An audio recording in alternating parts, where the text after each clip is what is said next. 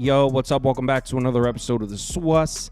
NBA Thursday here. We got 3 games on the board. I'm recording this before Wednesday night's game, so I don't know how we did on Wednesday yet. But Monday and Tuesday were good. After that terrible NBA playoff weekend I had, last night I went 2-1 in the game picks, but another SGP hit. So I've had an SGP hit on both days so far this week. Hopefully that continues because those pay out nice. But yeah, we got 3 games on the board for Thursday. Live show is going to be 11:30 a.m. Eastern time. Is going to be the MLB show. It's Thursday, so baseball's on during the day. And then at 4 p.m., we'll do NHL and NBA. So that's a live show scheduled for tomorrow. Let's have ourselves a good one. Let's get into it. Welcome to the SWUS. The SWUS. SWUS. Hey, get the SWUS. All right, first up, we got Cleveland on the road in Orlando for Game 3. Cavs obviously leading this series 2-0. The Magic are laying 2 points at home. The total sitting all the way down at 199.5. Wow. Injuries and inactives, and we'll start with Cleveland. Still missing the same 2 pieces. Dean Wade has been ruled out, but I don't think he's played at all in this series. Same goes for Craig Porter, who's also going to miss this one. On the Orlando side, we got nobody on the injury report for the Magic. So as I mentioned, and as you probably already know, Cleveland up 2-0 in this series. They took care of business. Both their home games, they won by 14 and by 10. Both super low-scoring games, 97-83 and 96-86. And the entire story is right here, the Magic offensive numbers. So far in the playoffs, Orlando's averaging 84.5 points per game. They're shooting 34.3% from the floor as a team, 23.6% from 3. All 3 of these metrics right here are dead last, 16th amongst the playoff teams. And I know a lot of people are probably thinking, hey, this Orlando team plays a lot better at home. They've been much better at home this season, and that's true, but not really the offense. In fact, these numbers are pretty close here.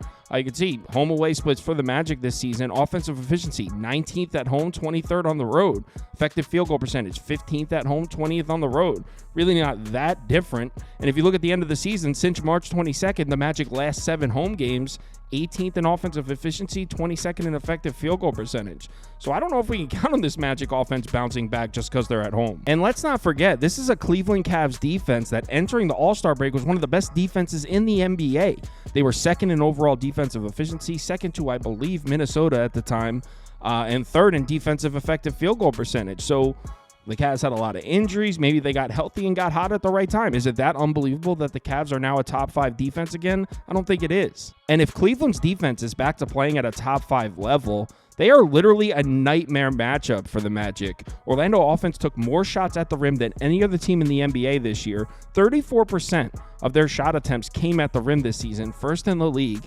Cleveland, on the year, second in defensive efficiency at the basket behind only Minnesota. And if you look at some of the numbers from Game 2, where's the regression coming from here? Paulo Banchero was 9 of 20, 21 points. That's not a bad game for him. Gary Harris actually shot the ball well.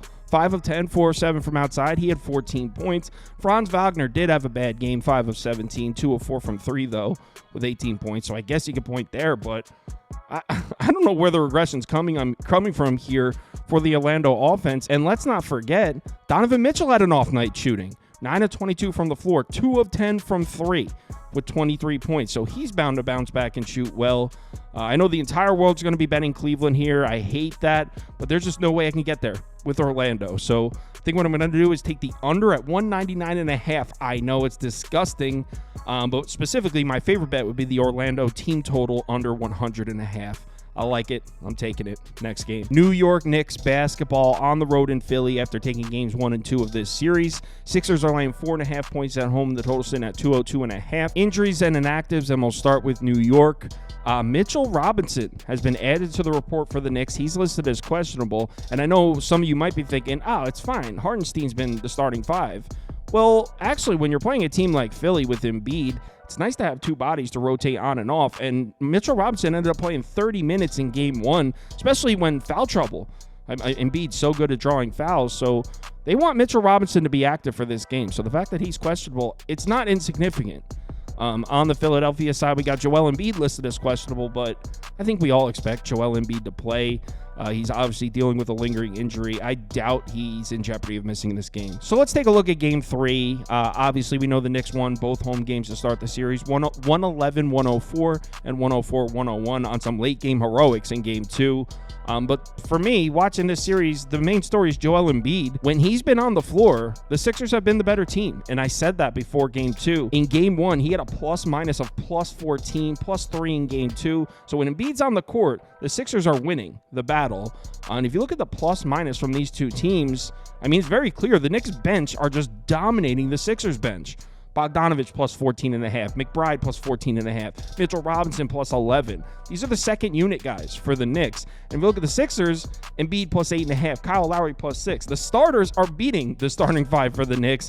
And then when you look at some of the second unit players for the Sixers, Paul Reed minus 13.5, Buddy Hield minus 9.5. This series has had a very clear pattern to it. Joel Embiid plays the entire first quarter, and you can see right here, Joel Embiid in the first quarter of this series, averaging 12 minutes per game. He played the entire first quarter twice, averaging 13.5 points per game in the first quarter. So Joel Embiid plays the entire first quarter. Sixers are clearly the better team in the first quarter, and then the Knicks come back in the second quarter against the second unit, retake the lead, and are winning the game at halftime. Look at the scoring by quarter in this series so far. This is crazy how game 1 and 2 looked exactly alike. Embiid plays the entire first quarter. The Sixers are up big after 1. Then the second quarter, the Knicks dominate the Sixers second unit, and they're winning at halftime. You can see it right here in the scoring by quarter. So as far as betting this game, I mean, I can't ignore the fact that Philadelphia looks like the better team when Embiid's on the floor. I mean, I can't ignore that. Also, yes, the Knicks have a better second unit, but they're not this much better. Now that they're back home in Philadelphia, I expect the Sixers role players to step up a little bit. So I'm taking Philly in this game. I'm going to take the Sixers minus 4.5, but tell me why we shouldn't take Sixers first quarter and Knicks second quarter as side bets. I mean, game 1 and 2, they went exactly the same. Sixers dominated the first quarter, Knicks dominated the second quarter in both games. So I'm on Philly. I'm going to lay the 4.5. Hopefully I can get a 4.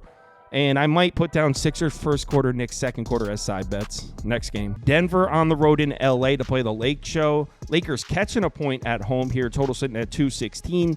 Injuries and inactives, and we'll start with Denver. Nobody on the injury report for the Nuggets as of right now, so the Nuggets are at full strength. On the Lakers side, same. Vanderbilt, Wood, Reddish, everyone else good to go for the Lakers. Obviously, we know Denver took the first 2 games of this series at home. Lakers played them tough in both games, though. In fact, the Lakers were winning most of both games. Final score game 1 was 114-103. Game 2, 101-99. My decision in this game was pretty simple. I mean, we just saw the Lakers play Denver tough as hell in Denver. 2 straight games. Look at the Nuggets this season. They are much better at home. Now they go on the road where, let's call it what it is. The Denver Nuggets this season on the road were pretty average. 17th in efficiency, 18th in offensive rating, 15th in defensive rating. This has not been the same team on the road, and the Lakers are catching a point. I'm on the Lakers. No hesitation. I'm taking the Lakers here. When I say no hesitation, doesn't mean the bet is definitely going to win. I just meant my decision was easy. That's all I mean by that. So I'm taking the Lakers to win this one and bring the series to 2-1. Like I said, live shows, 11:30 a.m. Eastern Time is the MLB show. Go through all the baseball, 4 p.m. Eastern Time, NHL and NBA. So if you're able to make it, we'd love to see you in the comments. If you want my top bets or top bets from anyone on the staff, head over to KyleKirms.com. They're posted right there on the website, along with a link to join the Discord if you're interested. Let's have ourselves a good Thursday. Hopefully by the time you're watching this, I had a good Wednesday night. Remember to bet responsibly, and I'll talk to you in the Discord.